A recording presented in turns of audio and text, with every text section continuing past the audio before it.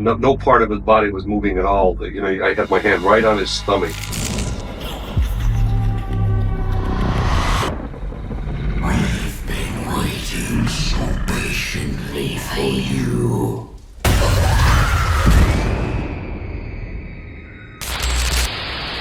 Essa que vocês estão vendo é a família Smurl.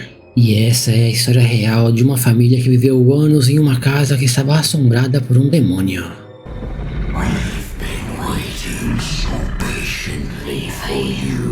Esse é um trechinho do trailer do filme que foi baseado em uma história real. Nos anos 70, a família Smurl se mudou para a Pensilvânia, nos Estados Unidos. Para ser mais exato, no ano de 1973, eles compraram essa casa. Mas para eu contar a história dessa casa, eu preciso voltar um pouquinho no tempo, no ano de 1896.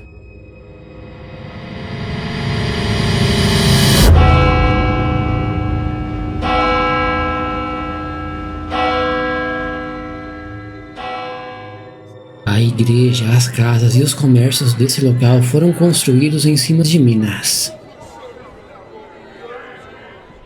E o que acontece é que, por falta de segurança, muitos mineradores perderam suas vidas no local. Não se sabe ao certo quantos mineradores e trabalhadores perderam suas vidas ali, mas o terreno onde a casa foi construída era rodeada por um antigo cemitério. Ninguém sabe o motivo exato pelo qual a casa está assombrada, mas sim, ela estava assombrada e era por um demônio. Mas foi só no ano de 1974 que Jack e Janet Smurl começaram a ver os fenômenos sobrenaturais.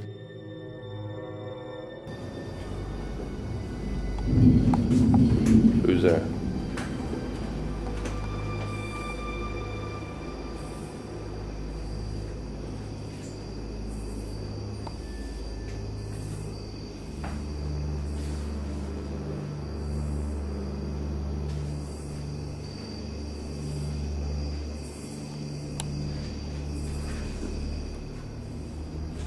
Get out!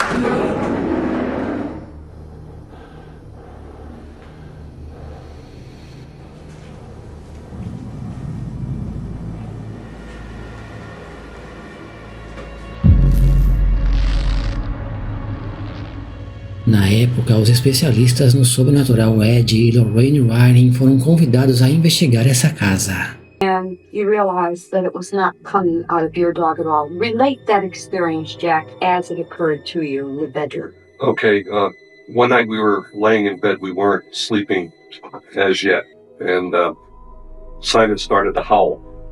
And it wasn't like a normal howl, okay? It was like something I would describe from the graveyard type. Very hair-raising type howling, and it lasted for a long time, over a minute, okay?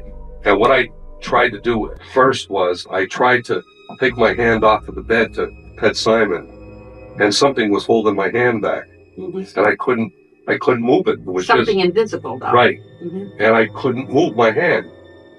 And so I kept trying to push it forward, but I couldn't do it, so I pulled it the opposite way, and it finally let go. Then I put my hand on Simon, and the howling continued all this time. I put my hand on Simon, and Simon was fast asleep. He was laying on his side with all four legs, on his side, fast asleep, very unaware of what was going on. Certainly was not coming from the animal. No, and no part of his body was moving at all. I had my hand right on his stomach, toward his shoulders, and there was no movement in Simon whatsoever. Claramente uma força maligna estava ali, possuindo a família, o cachorro, a casa e os objetos. Start. There's no going back. Anything can happen.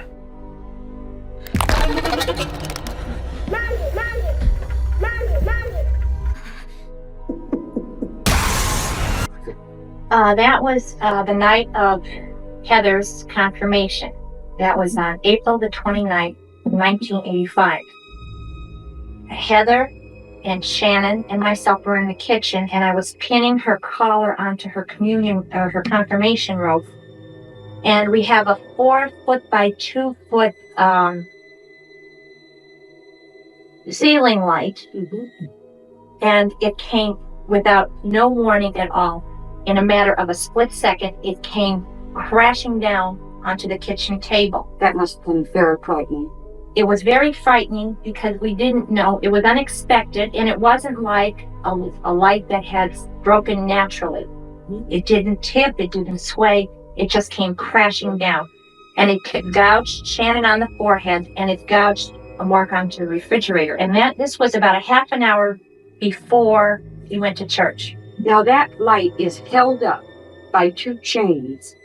Right. And then there And two eye hooks two eye hooks into folded the beam. Into the beam.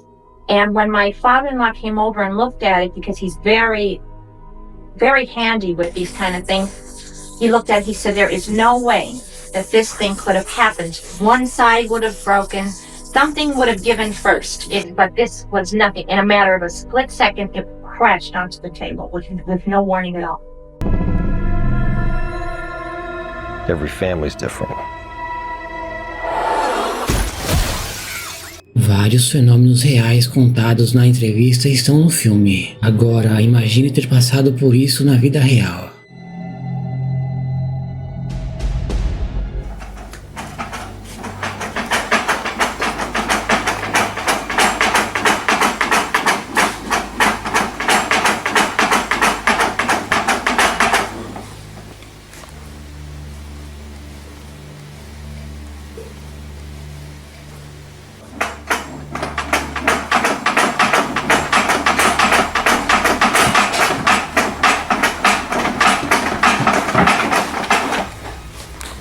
In the springtime, you would be up in the bedroom, and our bedroom closet door is a louvered door that does not have a handle to open and close like a regular door. It is a louvered door that comes together in the middle. You push it this sideways, and the door comes together this way. It's on a hinge, and it's on a rod at the top. We have tried to do this many times, and we thought it was very strange. This door would open and shut, and there is no way. We can't do it. We've tried to do it, and it's impossible. You cannot open the door and pull it back. You have to push it in the middle. It's on a track. It's on a track. The door hinges out towards you, almost like Accordion. like an accordion. How fast would you say that is going? Oh, it was going very fast. It would be going back and forth, and you cannot do that. There is no way that you can do that. In the beginning, it would open the door and just leave it in that position. So I would go over and close the door, and it would do it again. But this one particular day, I was getting dressed, and I was sitting on the bed, and I was putting my shoes on, and this door started to go back and forth, back and forth. So I hollered at the thing. I said, will you knock it off? I'm in no mood for you today. And the door shut. Listen, dear. So then I got up and I started to do something, and it opened and shut and opened and shut. And I said, didn't I tell you to knock it off? And it went, shh, door closed. It's totally impossible. My husband has tried to do that. There is no way that you can do that with that door.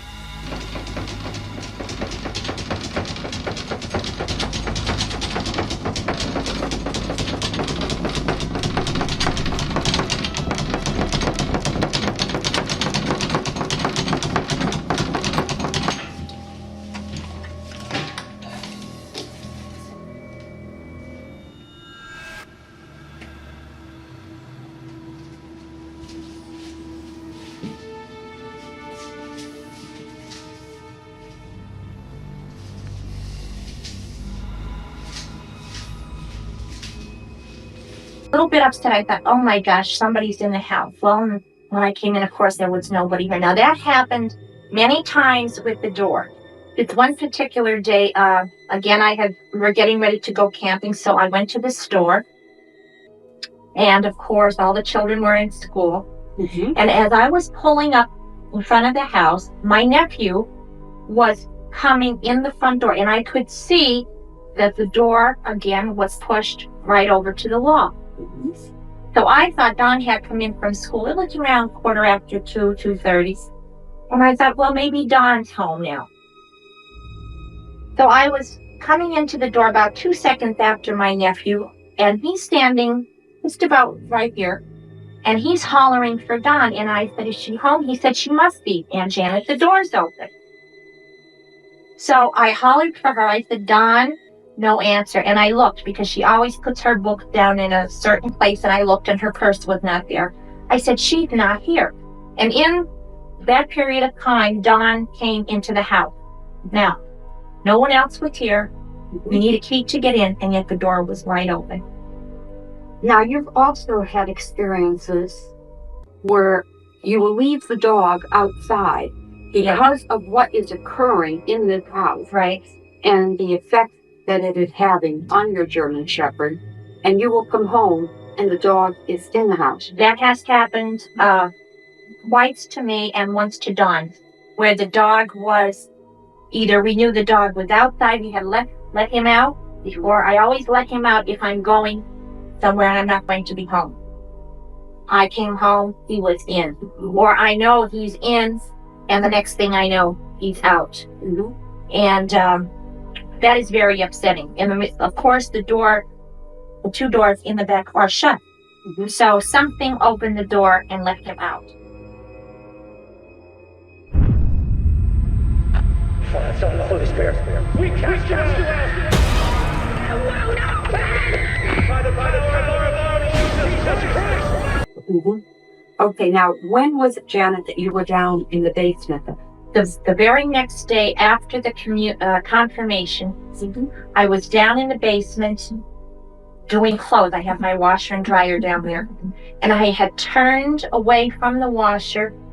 I was just getting ready to come upstairs to the kitchen. And I heard this female voice. And she said, Janet, very clear. And I thought it was my sister. I said, I'll be right up. Well, when I got to the top of the steps, of course, there was no one there. And I was alone in the house. The front door was locked. There was no way that anybody could have gotten into the house. Were you very uneasy? I thought in the beginning, oh, it's only you. You're hearing things. That's exactly how I felt, that I had heard something. Se você realmente curtiu esse vídeo, eu quero te convidar a se inscrever no canal e a ativar as notificações.